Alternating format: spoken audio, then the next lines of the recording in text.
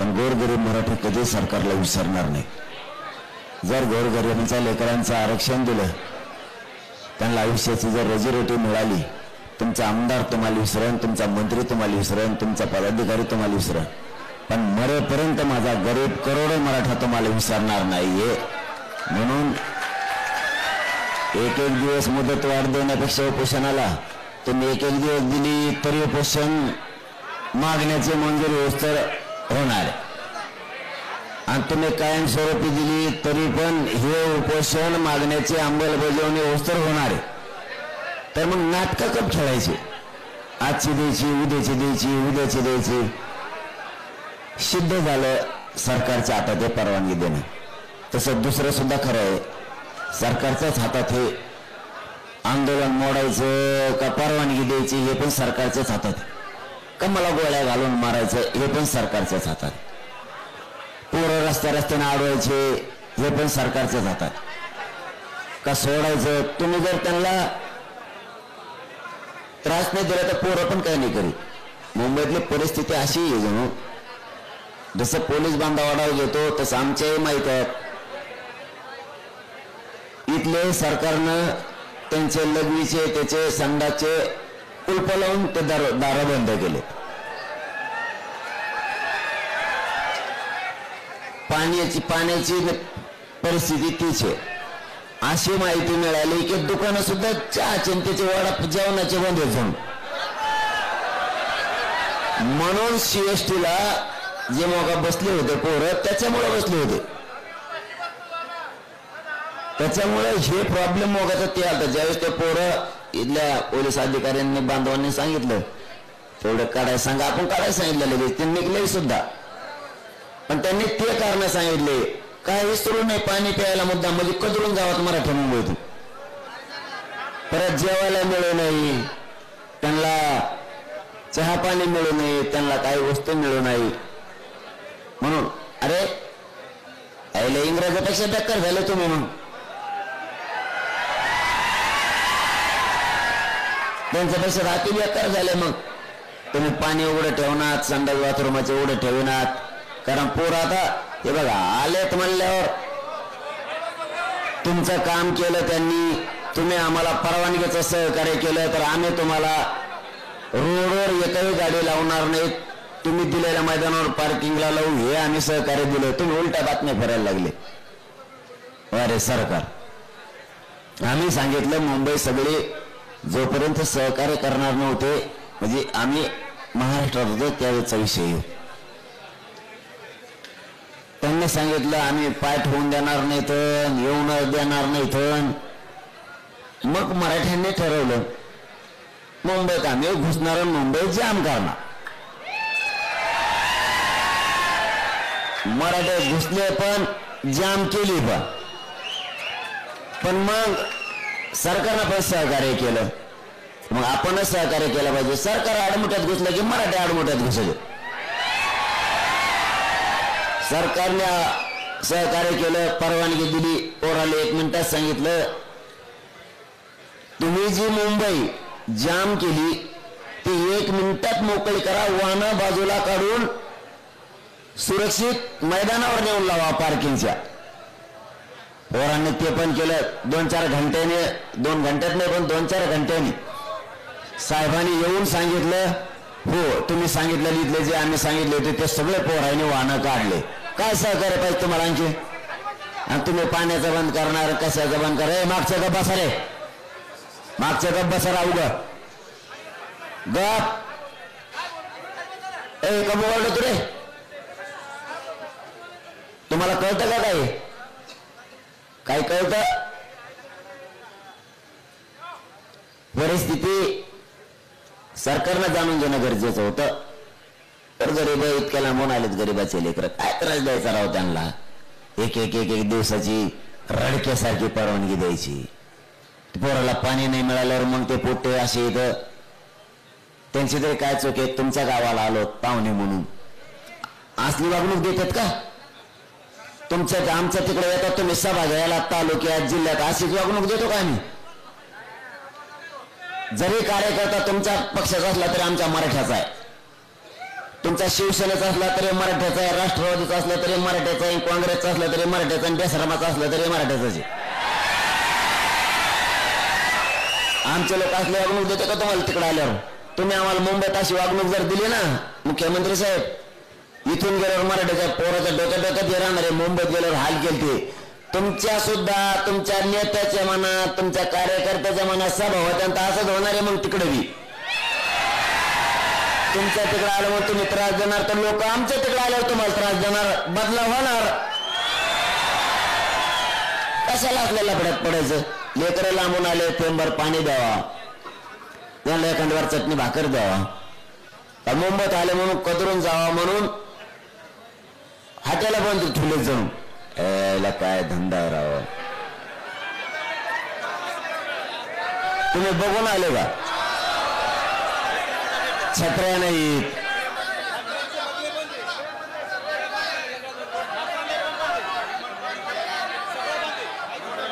म्हणजे याचं कारण असं आहे, हे बघा, जैन मताला तुम्हाला किंमत द्यावा लागेल. राजकारण्याला ऐकून तुम्हाला जैन मताचं मत काय, एक मताने लोक काय सांगतात याला सुद्धा किंमत द्यावा लागणार. तुम्ही आम्हाला देऊन सांगणार, गोड गोड बोलणार, तसं काही नाही. मी मोकळा नाही ते ऐकायला. लोकांचं सुद्धा खरं आहे ना, तुमचं खरं आहे नुसतं एकट्याचं, लोकांचं खरं नाही. ही कोणची पद्धत आहे? तुमचा रस्ता मोकळा केला आणि बातम्या फिरवल्या सरकारने, मुंबईच मोकळी करा म्हणलं मी, म्हणजे लोकात आमचा गैरसमज पसरला पाहिजे. ते काय चावत का रस्त्याने चालताना? मराठीचे पोरं मुंबईत समजा बघते फिरते, कुणा दिली का मराठ्याच्या पोरांना? कुणा दिली? कोणत्या पॉइंटला गेला असेल, देवबाप्पाच्या दर्शनाला गेला असेल, कुठं काय म्हणते त्याला मला माहित नाही, इकडे समजा चौपाटी काहीतरी तिकडे गेला असेल समजा. काय ते काय असं मराठीचे पोरं म्हणजे साफ आहे का? चालता चावतो गेला असं बिचार खेड्याचं लेकरू. काही काही पोरं आल्याच्या नंतर बघतेत आजूबाजूला. तुम्ही सुद्धा बघता ना का? तुम्ही नुसतं सभाला आला की फक्त सभालाच जाता खेड्यापाड्यानं आल्या. मंत्री येतात, मुख्यमंत्री येतात, आल्या तिथंच येतो का? आधी रेस्ट आउटला जाईल, सगळीकडे खोलीचा वास घेऊन बघा कशी आहे काय आहे.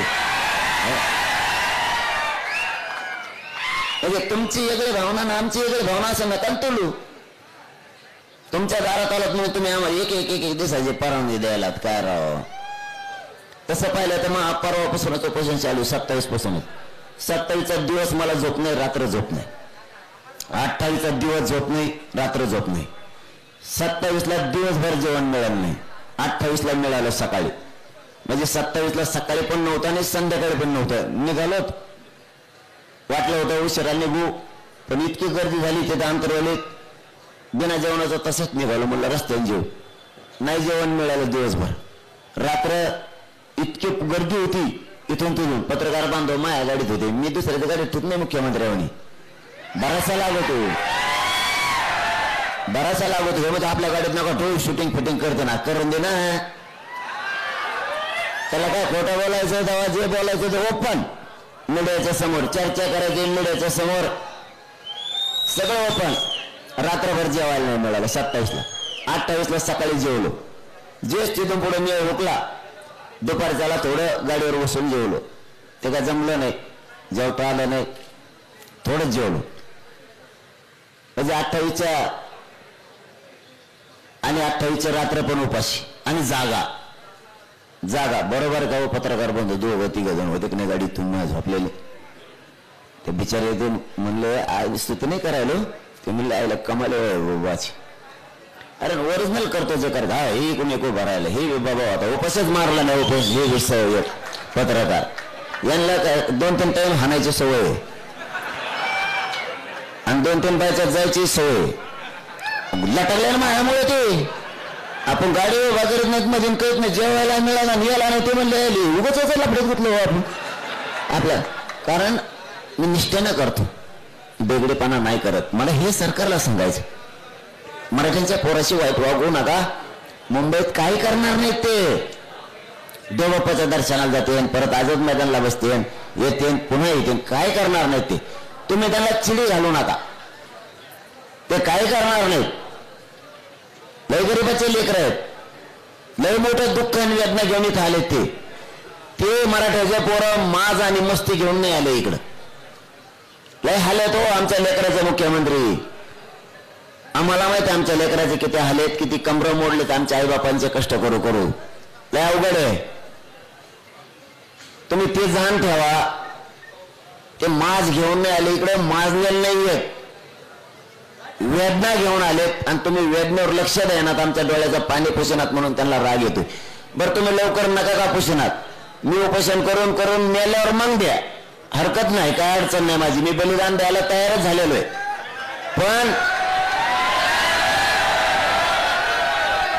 पण तुम्ही त्यांना इथं दुकानं बंद करायला लावू नका. नसता तुमच्या बी महाराष्ट्रात सभा असले की पुढे तसंच होणार आहे. मग अहो खरं सांगतो, आपोगाला कोण ठेवत नसतो. आमचे पोर आले म्हणून तुम्ही टपऱ्या बंद करणार, हॉटेल बंद करणार, सगळं पाण्याचं बंद करणार. आम्ही पण तुमच्या तिकडे सभा असल्या तर तुमचं जी दैती दल्ले ते पाईपलाईन आमच्या गावातून गेले असले तर आम्ही तिचं पाणी त्या दिवसच्या पुरतं बंद करणार. तुमचं रेस्ट हाऊसलाच गेलं असलं पाणी तर आम्ही ते बंद करणार, आमच्या रानातून गेलेलं असलं तर. कारण तुम्ही आम्हाला मुंबईत पिऊन दिलं आणि आपण बोलतो ते करतो. तुमच्या आमदार मंत्र्याचं जर आमच्या तिथून पाईपलाईन गेले असल्या तर आम्ही त्या बंद करणार. कारण तुम्ही आमचे लेकरं उपाशी मारायला लागले तर जसं तसं होणार. तुम्ही नाही सापडत आम्हाला, तुम्ही नाही सापडत आम्हाला तर तुमचे लोक सापडतील. कारण तुम्ही माझ्या सगळ्या शहराला त्रास द्यायलात ना.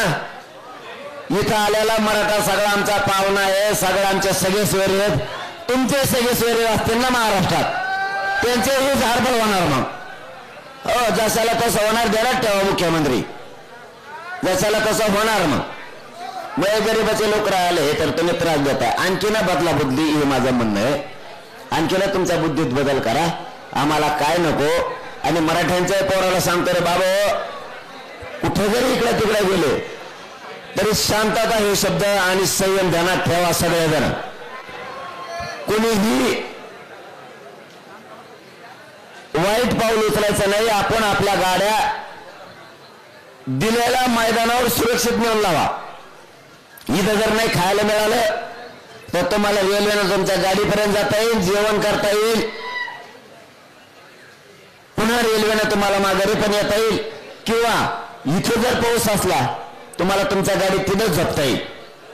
म्हणून अगोदर गाड्या ठरवून दिलेल्या मैदानावर सुरक्षित नेऊन लावा. हे कोणी शब्द विसरू नका.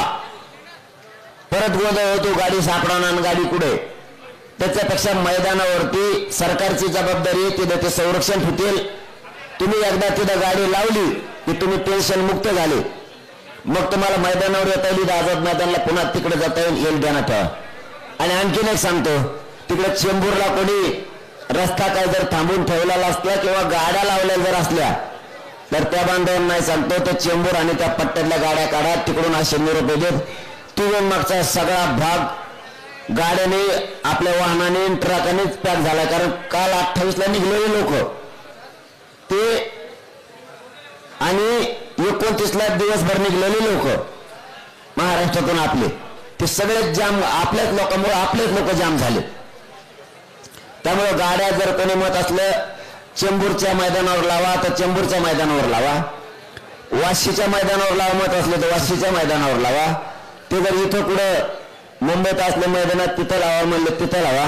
मला वाटतं सरकारच्या वतीनं एक पार्किंगची जागा घोषित केली पाहिजे. कोणचे मैदान आहेत काय मग त्या पोराच्या ध्यानात येईल. तुम्ही तोंडी सांगा, पोराला मेळ लागा ना कुठे. तुम्ही पार्किंगचा एक पोलीस बांधवांनी आणि सरकारने तुमच्या पार्किंगचा एक मॅप टाका. ये मैदानं या ठिकाणी आहेत, या विभागात आहेत, या वस्तूपासून इतक्या अंतरावर आहेत, रेल्वेस पासून इतक्या अंतरावर आहेत, किंवा अनेक कुठं असेल एखाद्या मार्केटचं मोठं नाव तिथून इतक्या अंतरावर आहे.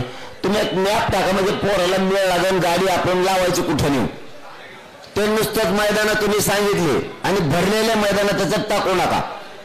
जे मैदानं तुम्ही देणार आहेत, कारण आणखीन मंगळवार बुधवारच्या नंतर खूप लोक निघणार आहेत. सरकारने नाही ऐकलं तर तुम्ही नुसतं मुदत वाढ देऊन उपयोग नाही एक दिवसाची. तुम्ही जर मागण्याच्या अंमलबजावणीला वेळ लावत गेले तसे तसे मराठी मुंबईकडे येणार आहेत. म्हणजे मी तुम्हाला खोटं सांगत नाही, आतापर्यंत सरकारला कधी खोटं सांगितलं नाही. आणि माझा स्वभाव सगळ्याला माहिती, मी खोटं शक्यतो सांगत नाही. तुम्ही जसा जसा याला विलंब लावणार आहेत तसे तसे महाराष्ट्रात लोक कामं सोडत मुंबईकडे निघणार आहेत.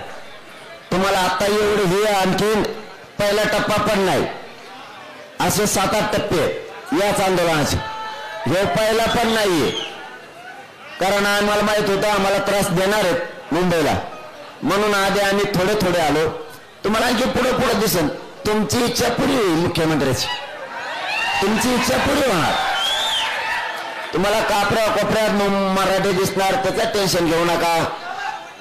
महाराष्ट्रात सुद्धा कोपऱ्यात दिसणार, त्याचं पण टेन्शन घेऊ नका. तुम्हाला जे अपेक्षित आहे ते होणार. पण आरक्षण आम्ही घेणार आहेत. फक्त आम्ही लोकशाहीचा, कायद्याचा आणि शांततेचा मार्ग सोडणार नाही. तुम्ही मला जेलात टाका, मी जेलात जाणार, मी जेलात उपोषण करणार, पण सोडणार नाही. तुम्ही गोळ्या घातल्या तरी मी गोळ्या झेलणार आहे. तुमची जी तयारी असेल त्याला सामोरं जायची माझी तयारी. पण मी सगळ्या मागण्याची अंमलबजावणी घेतल्याशिवाय हटत नाही. आणि मागण्या तुम्हाला माहिती आहे म्हणून मागण्या सांगत नाही. फक्त शेवटचं एक सांगतो, चेंबूरकडे तिकडे ज्या बांधवांनी रोडवरती आहेत त्यांनी पार्किंगला गाड्या लावा आणि शांततेत आझाद मैदानला या. पुन्हा आपले पोरं जे जेवले नसते, ज्याला जेवायला मिळालं नाही ते पोरं आपल्या गाड्याकडे जा, तिथे स्वयंपाक करा, जेवण करा. एका दिवस आपल्याला जेवायला सुद्धा मुंबईतल्या जे मराठा बांधव आहेत त्यांना सरकार आणू देत नसेल, त्यांच्यावर दबाव असेल, म्हणून जर इथल्या बांधवांनी आपल्याला आणून नाही दिलं जेवायला मराठ्याच्या, पूर्ण मुंबई म्हणतो महानगरातले, नाराज होण्यापेक्षा आपल्या गाड्याकडे जा, आपल्या 2 टायमाला जेवायला करे जा, आपलं खा आणि गाडीतच झोपा, सकाळी पुन्हा ये जा करता येईल.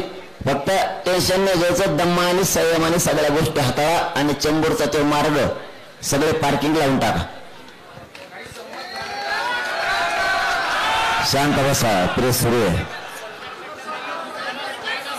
अरे प्रेस चालू आहे, शांत बसा ना, प्रेस चालू आहे, शांत बसा. आता आम्ही काय संवाद करा, त्यांना कळत नाही का? आमचं काम थोडं आहे संवाद सरकारशी करायचं. त्यांना मराठीची गरज असली ते नसेल, आम्ही संघर्ष सोडायला तयार नाहीत ना. त्यांना मराठीचं वाटोळं करायचं असेल, त्यांना मराठ्याला आरक्षण द्यायचं नसेल, मराठी त्यांना संपवायचे असतील, त्यांच्या इच्छा वेगळ्या वेगळ्या आहेत मराठ्यांविषयी, त्यांना मराठा पूर्ण संपवायचा आहे, मराठ्याचे लेकरबाळ त्यांना मोठे होऊ द्यायचे नाही आहेत, त्यांना यार कशाला वळवण्यात आली का जागा आहे घ्यायची. तू आग घ्यायच म्हणूनच उपोषणाला बसलो, तू चढ वरून आणि हिंदी इकडे तिकडे, मी आग घ्यायचे, तू खाली टेक तिथं. सरकारला मराठा समाजाचा वाटोळाच करायचा आहे म्हणून तर ते येत जात नाही, येतील नाही येत त्या सिद्धाने घेणार नाही.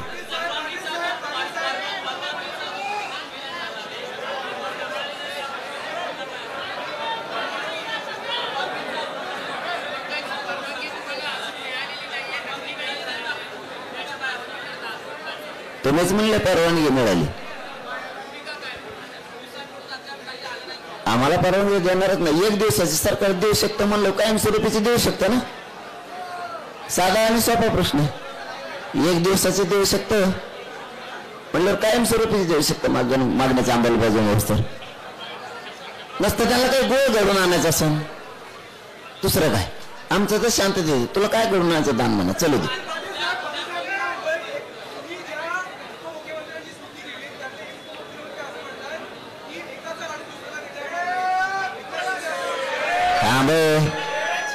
अरे प्रेस चालू आहे ना.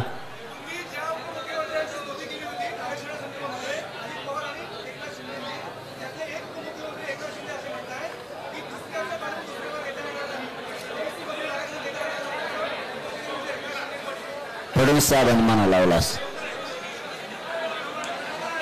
फडणवीस साहेबांनी मना लावलास असं म्हणतो आता. कारण आम्ही ओबीसीचं मागतच नाहीत ना, एकाचं काढून दुसऱ्याला द्यायला. यांनी काय केलंय, सरकार असून त्यांच्या पाठीमागा मायबाप शब्द लागलेला. मायबाप सरकार लय चुकीचा शब्द लागला. त्यांनी गैरसमज नाही पसरायला पाहिजे, वस्तुस्थिती समजून जनतेला सांगितलं पाहिजे. मराठ्यांच्या नोंदी ह्या 150-200 वर्षापूर्वीच्या आणि एकाचं काढून एकाला द्यायचं ही जी भूमिका आहे भांडण लावायची भूमिका आहे सरकारची. ही कोणाची असली पाहिजे? विरोधी पक्षाची किंवा एखाद्या जातीची. सरकारच या भूमिकेत आहे भांडण लावायचं एकाचं काढून दुसऱ्याला देतात. आणि त्यांचं काढून काय म्हणलं का? गॅजेटियर नाही का आमच्या हैदराबादचं सरकार नोंदी 150 वर्षाच्या? सातारा संस्थांचं गॅजेटियर नाही का 150 वर्षापासूनचं? बॉम्बे गव्हर्नमेंट ते इंग्रज होते तेव्हापासूनच आहे ना. आमच्या तेव्हापासूनच्या नोंदी आहेत ना. सरकारी दस्तावेज आहे ना ते. आधी कोण हे का ते कुणी कुणाचं काढून दिलं? आमचं उलट काढून त्यांना दिलं. 16% आमचं आरक्षण खात्यात ते. याच्यावर यांचे तोंड शिवले. आमचे सरकारी नोंदी आहेत गॅजेटियरचे ह्या देत नाहीत. त्यांचं काढून कुठं द्यायला? त्यांच्यातलं कमी करावं म्हणाल होतं आम्हाला द्या म्हणाल. ओबीसीला 32% आहे त्यातलं 20% कमी करा ना आम्हाला द्या. 12%च फक्त ओबीसी ठेवा असं म्हणलं का? 32% ओबीसी पैकी 20% मराठ्याला द्या आणि 12% ओबीसीला ठेवा 33,000 त्याला असं म्हणलं का? आमच्या नोंदी आहेत त्या 32%, 27% आणि त्याच्यातल्या 19% आमच्या नोंदी आहेत त्या द्या म्हणतो. ही उलट लोकांना सांगतात आणि महाराष्ट्राला सगळं कळालं आता यांनी. कारण मी 2 वर्ष तेच काम केलं समाजात समजून सांगायचं. आपल्या सरकारी नोंदी आहेत आपण कोणाचं घेत नाहीत. आणि हे ओबीसीला गरीबाला कळालं लेके सोडून 2-4 जण सोडून गरीब ओबीसीला सुद्धा कळालं आपलं जे आरक्षण आहे 1990चं 1990चं यांच्या नोंदी 100-150 वर्षापूर्वीच्या यांना आरक्षण दिलं पाहिजे.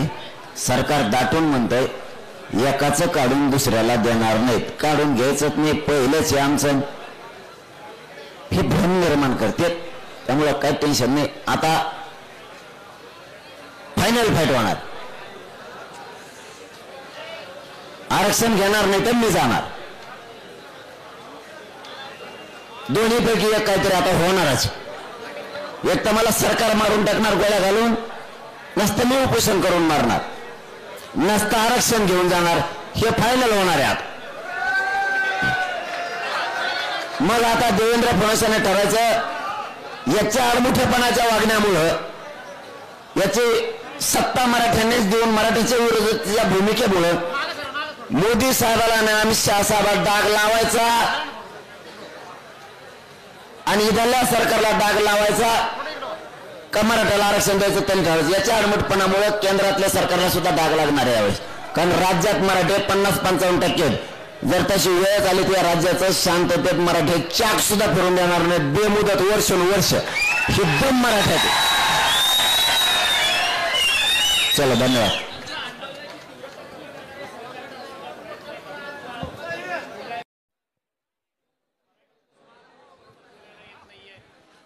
आंदोलनाची तीव्रता ते कमी करू शकत नाहीत. त्यांनी कितीही प्रयत्न केले तरी मराठ्याला माहिती आहे मी त्यांच्यासाठी झटतोय, त्यांच्या पोराबाळासाठी झटतोय. त्यामुळं सरकारवर अवलंबून नाहीत आम्ही. सरकारने काही शब्द फेकले मराठ्यांना विश्वास ठेवत. मराठा विश्वास ठेवत नाही त्यांच्यावरती. त्यांनी किती शब्दाचा फेका करू द्या, किती मारा करू द्या, किती शब्दाचा प्रयोग वापरू द्या, किती बी काय त्यांना डोक्यावर लावायचं तर लावू द्या. मराठे ऐकण्याच्या मनस्थितीत नाही आहेत. कारण 45 वर्ष झालं मराठ्याला फसवलंय. त्यामुळे टेन्शन नाही. ए पोराव प्रेस चालू, शांत राहा थोडं.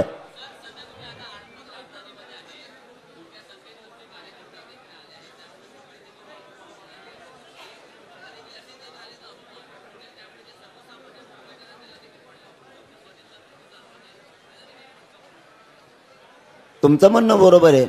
सकाळी ट्रॅफिक जाम झाली तर आम्हीच काढली. तुमचं दुसरंही म्हणणं आहे की आणखीन लोक जर आले आता मुंबईत मंगळवारी बुधवारी तर मग आणखीन जाम होईल. आणि तुमचं तिसरं म्हणणं आहे की आर्थिक राजधानीनं असं ठरवलं का मराठ्याचं गरिबाच्या पोराचं वाटोळा करायचं. तिला वाटत नाही का ती आर्थिक मजबूत झाली मग गरिबाचे आर्थिक मजबूत व्हावात खेड्यापाड्यातले, असं वाटत नाही का? आमचा हक्क नाही का मुंबईवरती? सरकारला असं वाटतं का आर्थिक राजधानीतून गोरगरिबांचे लेकरं सुद्धा सुखा समाधानानं जगावं? आम्ही पैसे मागायला आलो का? पद आमचं आरक्षण आमचा हक्क आम्ही मागायला आलो ते द्यायचं नाही. ते झालं आता भाषणबाजी खूप झाली ते आता नाही. आता फुलान फाईट शेवटची फाईट आहे.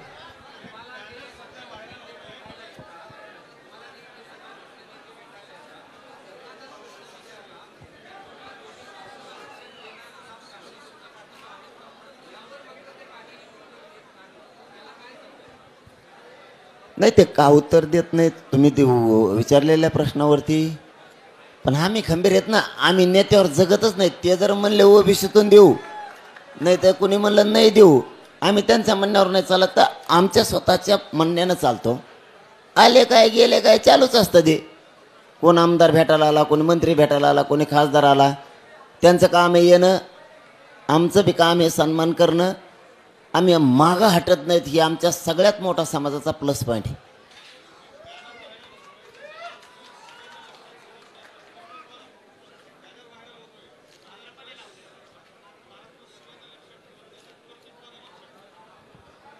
मला आता तुमच्याकडूनच कळलं मला माहीत नाही की बॅनर व्हायरल व्हायला लागलं. महाराष्ट्र शिव्याने नाही लक्षात ठेवत कर्तृत्वानं लक्षात ठेवतो. म्हणजे ते देवेंद्र फडणवीसांचं काडीन औषध लावणे त्याला आमच्या ग्रामीण भागात म्हणते. उंटावर बसून काडीनं औषध लावणे असं त्याला म्हणतात. कारण उंटावर जर माणूस बसला तर खाली दुख झालेल्या माणसाला काडीनं औषध लागतच नाही. जर ते उंटाचा खाली उतरला तर एखाद्याला जखम झाली असली तर त्याच्यावरती मलम तो लावू शकतो. उंटावर बसून काडीनं मलम लावणे याला म्हणतात. कारण त्यांचं म्हणणं असं आहे देवेंद्र फडणवीस साहेबांचं की महाराष्ट्र शिव्याने नाही तर कर्तृत्वाने लक्षात ठेवतो. काय कर्तृत्व आहे बरं फडणवीस साहेब तुमचं मला जरा सांगाच. तुम्ही धनगराच्या गाडीत लाकूड घातलं परत म्हणता शा दिल्या आहे का. मग आता आमची खेड्याची भाषा आहे. आता तुम्ही परत म्हणता शा दिल्या. धनगराला तुम्ही आरक्षण नाही दिलं. तुम्ही जेवढे महामंडळ ओपन केले मतदान घेऊस तर निवडणुकीच्या टायमाला कोणाला 1 रुपया नाही दिला. एकाला पण ऑफिस नाही. एकाला पण त्याच्यावरती भरती केलेली नाही बरं का. फडणवीस साहेब ऐका आता प्रेसच्या माध्यमातून तुमच्या दारात आहे. मी आता काय लांब नाही. तुम्ही हे काय इथून लाईट दिसतो तुमचा बघतो.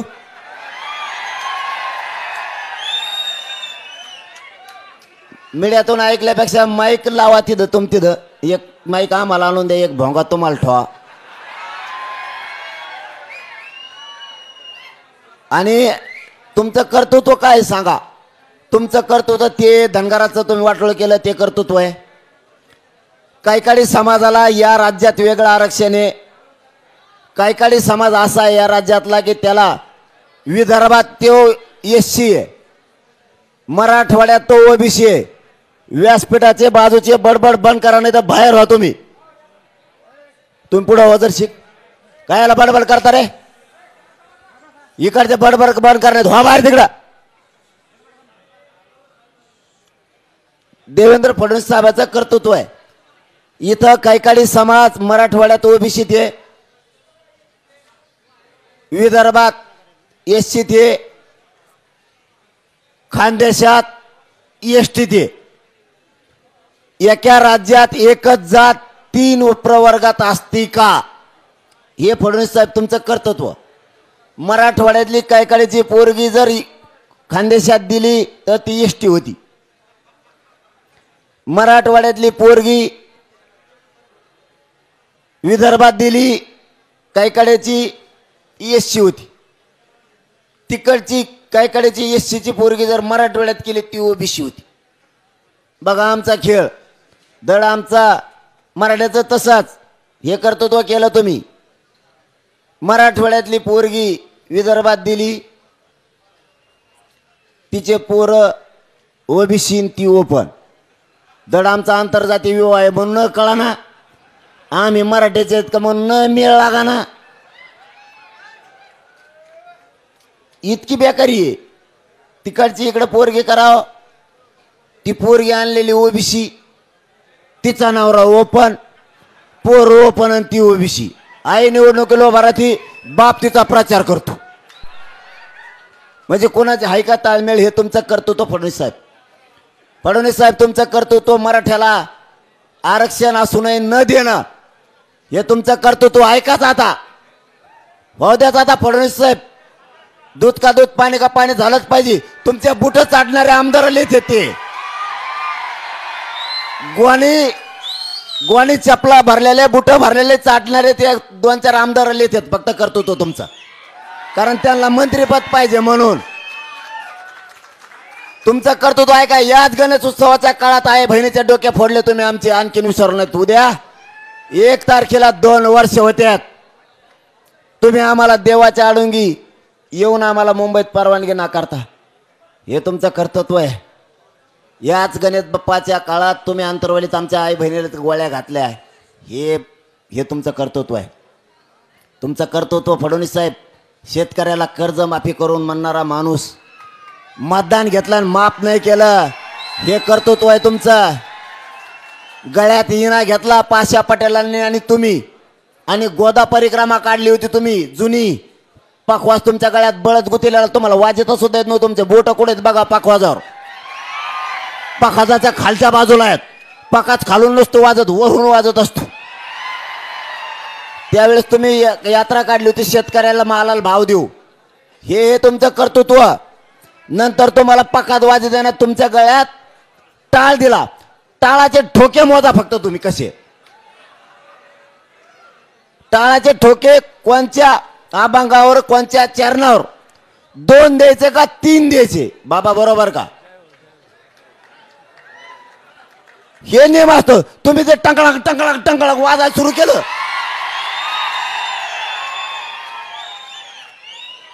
हे कर्तृत्व ना, हे कर्तृत्व आहे तुमचे. शेतकऱ्याचं काय केलं तुम्ही लक्षात ठेवा. तुम्ही लाडक्या बहिणीचा पगार बंद केला, हे तुमचं कर्तृत्व आहे. तुम्ही दलित मुस्लिम मराठ्यात वाद लावले, हे तुमचे कर्तृत्व आहेत. तुमचे कर्तृत्व सोपे नाहीत. सांगावं किती मला रात जाईल, कारण मी तेवढा निबार आहे तुमच्या तोडीस तोड. आणि शिव्यानं सांगतो तुम्हाला, तुम्ही जर आमच्या आई बहिणीला हाणलं नसतं तर आम्ही तुम्हाला बोललोच नसतो. तेवढी सभ्यपणा आमच्यात आहे. तुम्ही काय सांगितलं हाणल्यावर? मह्य पोलीस आहेत, मह्या पोलिसालाच हाणलं म्हणून तुम्ही आमच्या अंतरवलीच्या मावल्यावर, त्यांच्यावर, माणसावर, बायावर हाफ मर्डरच्या केसेस केल्या. देवात हे करतो तो कोणाच्या पोटी येऊन ओरिजिनल पोटी जन्मलेला माणूस नाही करू शकत. ओरिजिनल पोटी आलेला माणूस हे ओरिजिनल कर्तव्य करणार की पोलिसांनी हाणलं नाही याला जेलात जाऊ द्या. तर ते म्हणते मया पोलिसाला हाणलं म्हणजे पोलीस होतोय का जनता आहे? तुझी जनता असली पाहिजे म्हणून ते घडलं होतं. त्याच्यानंतर कुठे शा दिल्या? तुम्ही आडमुठं चालले तर आपण आडमुठं चालवतो. तुम्ही सभ्य वागला, आम्ही सभ्य वागतो. तुम्ही काल 1 दिवसाची परवानगी दिली, पुऱ्या महाराष्ट्राने कौतुक केलं. केलं की नाही पोराव? तुम्ही जसे वागताल तसे आम्ही. आणि तुम्ही जर मराठ्याचं आता आरक्षण दिलं, सगळं जेवढ्या मागण्या त्याची अंमलबजावणी केली, जर तुमच्या बंगल्यावर, काय नाव आहे त्या बंगल्याचं? वर्षा का बंगला? वर्षा बंगला. बर, हा वर्षा बंगल्या जर नाही बुजीला अंगुला नाही तर आपलं नाव बदलून ठेवा. हा एकदम सोपं. पण तुम्ही मारा मुरीच्या भानगडीत पडू नका. मारीन, धोपटीन, दादागिरी करीन पोराला, ते झालं एकदा. आता त्या भानगडीत पडूच नका, शाने असतं. आणि ते जे पोस्ट व्हायरल होते ना, ते चले चपाटे असते 4-2 पुढची आशा. आता राज्यपाल कोठ्यातून काही राहिलेत. मतदानावरचे विधान परिषद संपलेल्यात, आता राज्यपाल कोठ्यातल्या. राज्यपाल कोठ्यातली तेवढीच संधी ती का हुकली, यांचं टंबळच वाजलं. मग त्यांना माहिती आहे याला बोललं म्हणजे तेवढंच राज्यपाल कोठ्यातल्या देते. कारण विधान परिषदेच्या, विधानसभेच्या, स्थानिक स्वराज्यामधल्या विधान परिषद आता नाही आहेत. मग आता पुन्हा विधानसभा आता या हिवाळी अधिवेशनाच्या अगोदर ॲक्टिव्ह होईल. मग तिन्ही कायदेमंडळ ॲक्टिव्ह व्हायच्या अगोदर राज्यपालाच्या कोठ्यातून आपल्याला आमदारकी मिळाली म्हणून ते कोले कुत्रे बोंबले. ते थोडेफार काही कर्तृत्व नाही. तुम्ही आणखीन कर्तृत्वावर जर बोलले तर मी यादीच टाकीन उद्या. मग आम्ही व्हायरल करू पोस्ट. ओबीसीचं वाटोळं केलं तुम्ही, ते टाकीतो. मग कोणाकोणाचं काय केलं ते पुरं टाकतो. मग माझ्याजवळ बी यादी आहे, काही अडचण नाही.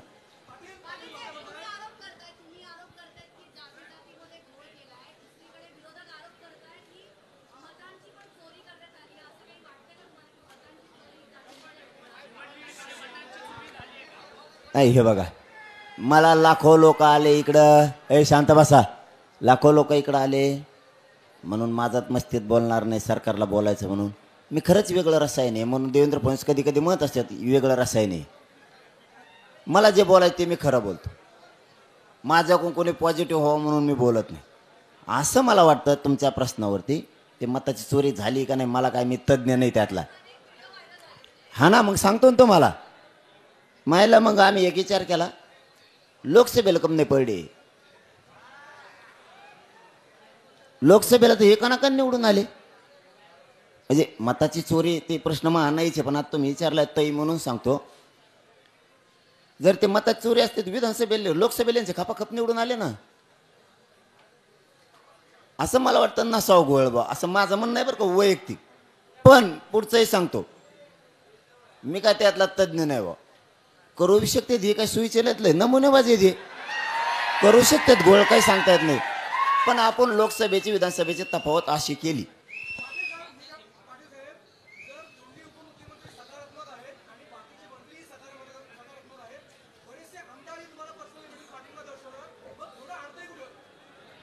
इगो, ते मुख्यमंत्र्यांचा इगो, मराठ्यांचा द्वेष, आकाश मराठ्यांविषयीचा सोडावं असं म्हणणं आहे.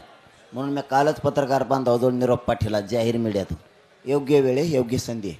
गोरगरीब मराठ्यांचे करोडोंचे मन जिंकणं. तुम्ही एखाद्या आमदाराला मंत्रिपद नाही दिलं ते तुमच्या रुसल, एखाद्याला पद नाही दिलं ते तुमच्या रुसल. पण गोरगरीब त्यांच्यावर जर उपकार केले तर मरेपर्यंत विसरत नसतात. योग्य ट्रॅक आहे आता, अशी संधी आली, योग्य निर्णय घ्या, आरक्षण देऊन एक करोडो मराठे तुमच्या पाठीशी राहतील. पण त्या कळतच नाहीये, द्वेषच भरला बस, बाकी काय. चला धन्यवाद. आता तोंड कोरडं पडलंय, उद्या बोल, ते लय अवघड आहे.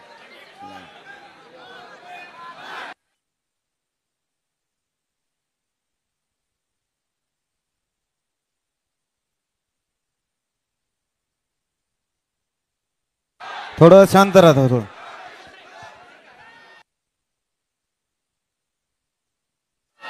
हॅलो, पुन्हा एकदा ऐका पोराहो, आणि मीडियाच्या बांधवाच्या माध्यमातून पण एक विशेष माहिती सांगायची.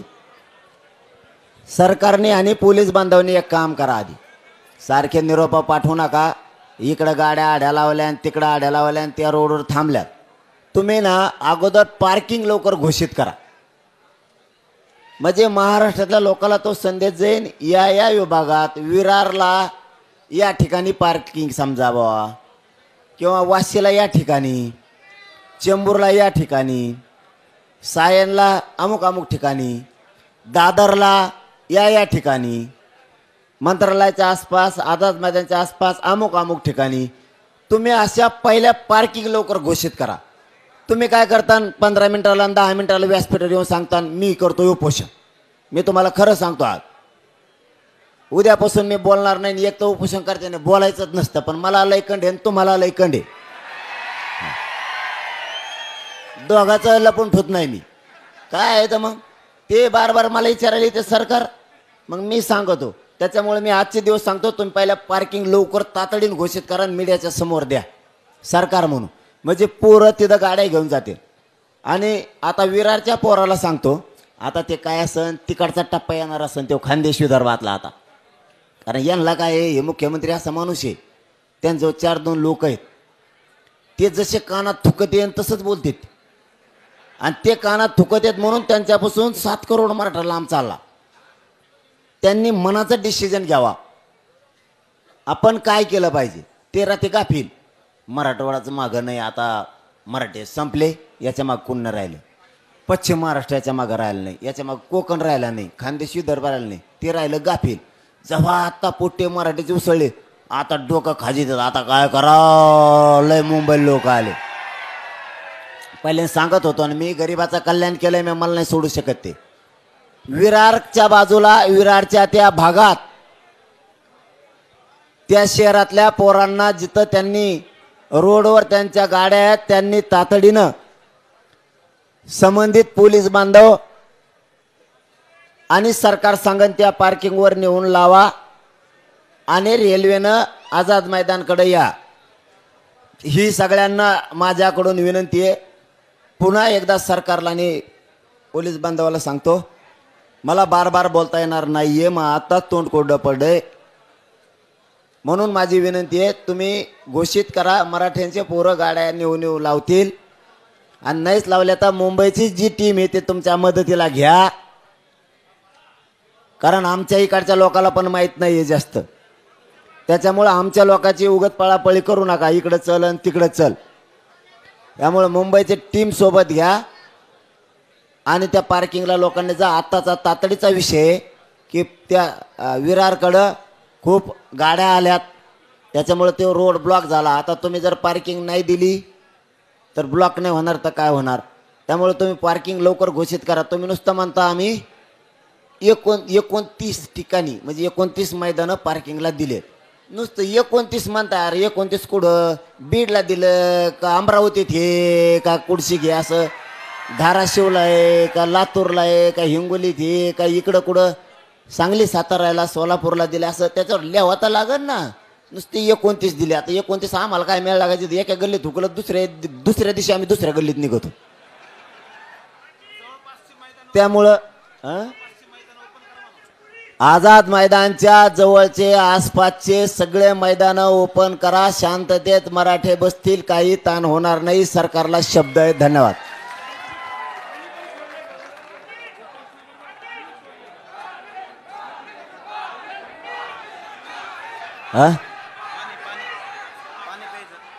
उपोषणाबरोबर पाणी सोडलंय, सकाळपासून नाही घेतलं, पण आणखीन 2 दिवस नाही सोडणार. पाणी घेईल 2 दिवस समजा, पण मी सकाळपासून घेतलेलं नाही आहे. कारण ते आता ते काय तिकडं फोन आले की काय पावत्या फाईन मला आणून दाखवा, त्याशिवाय बोलू शकत नाही. ऑनलाईन का होईना, मला फाईन आणून दाखवा ना. अरे मेसेज द्या ना मला झेरॉक्स काढून. कुणाजवळ द्या, इथल्या पोराजवळ. मी जाणं ते बघन मग मी काय करायचं. आणि हा तसा जर ते खोड्या करीत असले ना, फाईन मारायच्या घ्यायच्या, पण मुंबईत यायचं, झुकायचं नाही. झुकायचं नाही. फक्त तुम्ही शांतता मार्ग सोडायचा नाही. नाहीतर तुम्ही आपल्या आंदोलनासाठी नाही आले, तुम्ही कोणत्या तरी पक्षाचं ऐकून धिंगाणा करायला आले. एकाने धिंगाणा करायचा नाही. आता ट्रॅफिक जाम कशामुळे होती? तर पार्किंगला जागा नाही म्हणून ते रोडवर लावतात. हे खरं आहे. तुम्ही ठिकाण ओपन करून द्या, सगळं होईल. चला, पाण्याचं काय नाही. पाणीचं आणखीन आज उद्या आहे सुरू. घेतलं नाही मी तरी सकाळपासून, आणखीन थेंब पण नाही घेतला. पण पाणी आजच्या उद्या दिवस सुरू आहे. आणि नाहीच मुख्यमंत्र्यांनी लवकर दखल घेतली तर पाणी पण सोडून देणार आणि मग कडक उपोषण सुरू करणार. आणि सगळ्या गाड्याने झोपत जा, उगा लय टेन्शन नाही घ्यायचं. पाणी घेतलं, पाणी आजच्या उद्या दिवस घेणार आहे. आशा आहे मला की आज उद्या मुख्यमंत्री, 2 उपमुख्यमंत्री आणि सरकार मराठ्यांच्या विषयाची अंमलबजावणी करतील. नाही केलं तर पाणी सोडू तिथून पुढे. त्याला काय, पोरं जरा जेवा जा, आपल्या स्वयंपाक करायचं, जेवायचं, गाड्यान झोपायचं, सगळं किती अंतर एक आहे ते बघून ठेवायचं.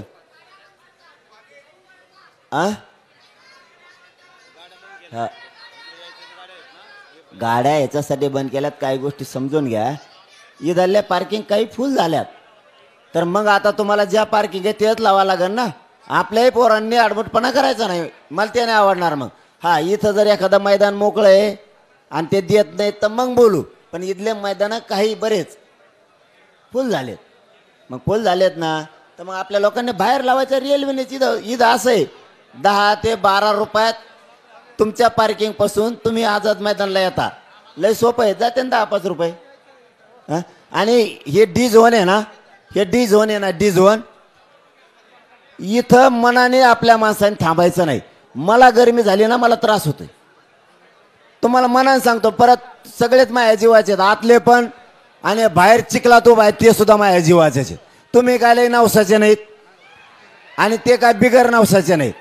मला वागणूक देताना सगळ्याला सारखी द्यावं लागेल. व्यासपीठावर सुद्धा तसंच आहे. सगळे पायरीचे बिचारे खाली आहेत. मग मुंबईकर तेवढेच मला आणि महाराष्ट्रातून आलेले तेवढेच मला, ही भूमिका आहे.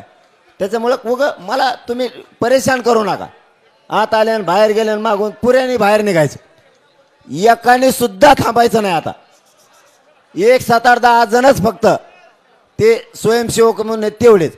स्वयंसेवकाचे खोटे बिल्ले गुतून मह्याजवळ येऊन बसू नका. माणसं लोटायचं काम, जेवलेत का हे बघायचं काम, कुणाला अडचण आली का ते स्वयंसेवकाचं काम.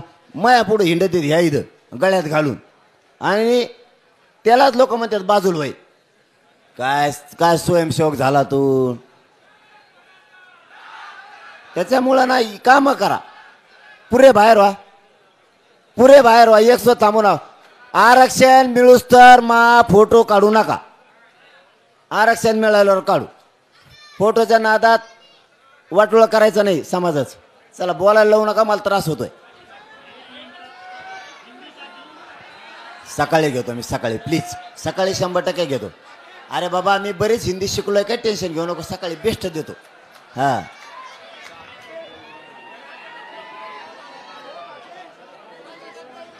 अरे कशाला चहाच्या टापऱ्या उघडत रे. चहा पत्ते आणा करा ना, बघून या चहा प्या ना.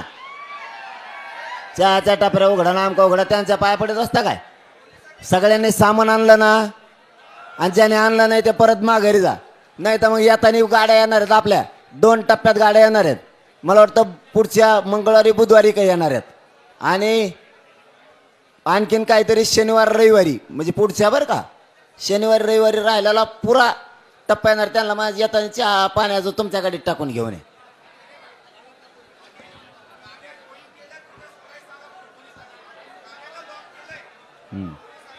मी आता हे काम करेन का. तुम्ही मुंबईच्या टीमला सांगायचं मी उपोषणाला बसलो, मी काय काय त्रास सहन करू. तुम्हाला मैदानात लिहून लावा म्हणलेलं सांगितलेलं कळा ना. त्याच्यामुळं मला लोड होईल ना. तुम्ही असं कामच करू नका. मला आरक्षणाची लढाई जिंकून द्या. सगळे मनाने बाहेर व्हा. बाहेर व्हा शब्दाचा अर्थ असा असतो, आपण मनाने बाहेर जाणे. मग लोकांनी ढकलून लावल्यावर अपमानानंच जाणं म्हणतात. त्यापेक्षा आपण आपल्या गाड्या जागा धरा, इथे चला चला झाले, चला लगेच बाहेर व्हा.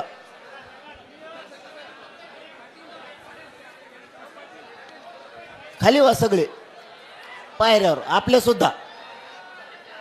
सुद्धा काय उभा राहून अर्थ नाही. तसं काय मिळतं त्याने पायऱ्यावरून पोयऱ्यावर उभा राहून राहावं, काय इज्जत आहे त्याच्यात.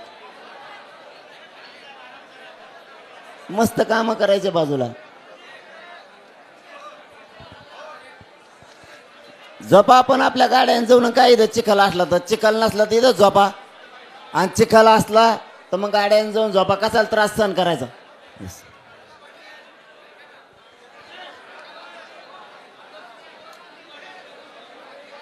काय करू मग आता. मी ते का ट्रॅफिक पोलीस आहे का. तुमच्या गळ्यात बिल्ला गुतीलेला दिसतोय. काय काम आहे तुमचं. काम आहे का महा आहे ते. महा काम आहे का तुमचं आहे. कोण मग काम कोणाचं आहे. तुमचं का महा. मी उपोषण करू का ते काम करू. तुम्ही कशाला येत नुसते. मग मी आंदोलन करतोय, उपोषण करतो म्हणल्यावर मागचे काम अडचणीचे तुमचे.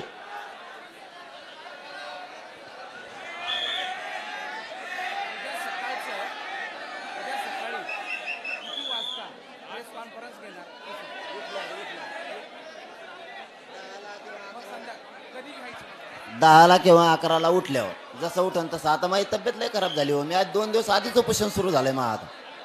पण आता अधिकृत 29ला म्हणलो होतो मी, म्हणून अधिकृत 10 झाले. नाही तुम्हाला माहिती आहे मी उपाशीच आहे 2 दिवस झाले. 10-11च्या मध्ये कधी पण.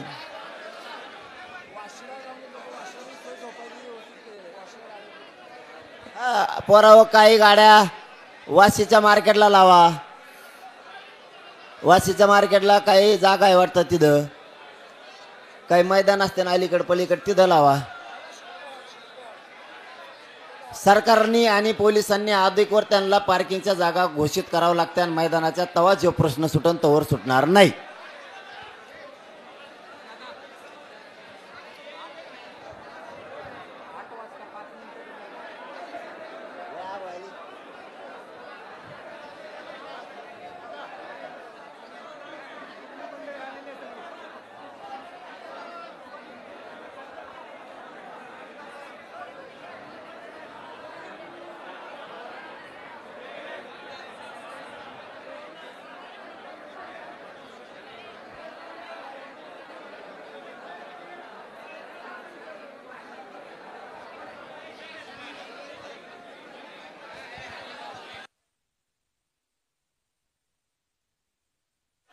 काही इथल्या पार्किंग ज्या होत्या ना त्या काही फुल झाल्यात.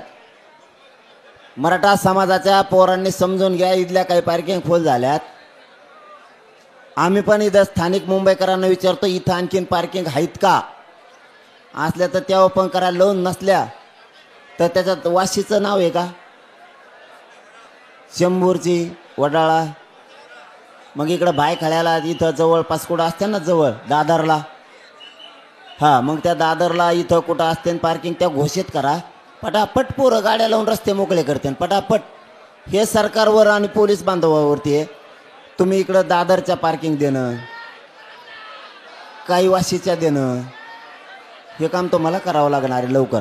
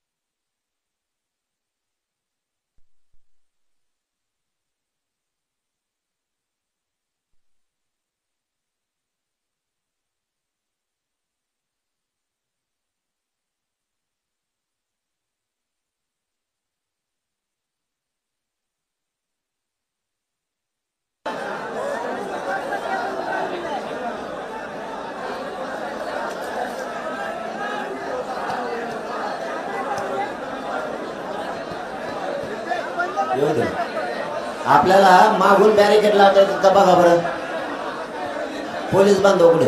मग हे कशाला येतात रे मध्ये उगाच. ते आले आता 10-12 जण, का मग ते दिसते. पत्रकार बांधवाला मागच्या बाजूला बाईट घ्यायला लावू नका, म्हणजे मागच्या म्हणजे ह्या, त्याच्यामुळे ते उघडा उघडी होती. तिथं 1-2 पोरं थांबा ना आपले, तिथं थांबा ना आपले.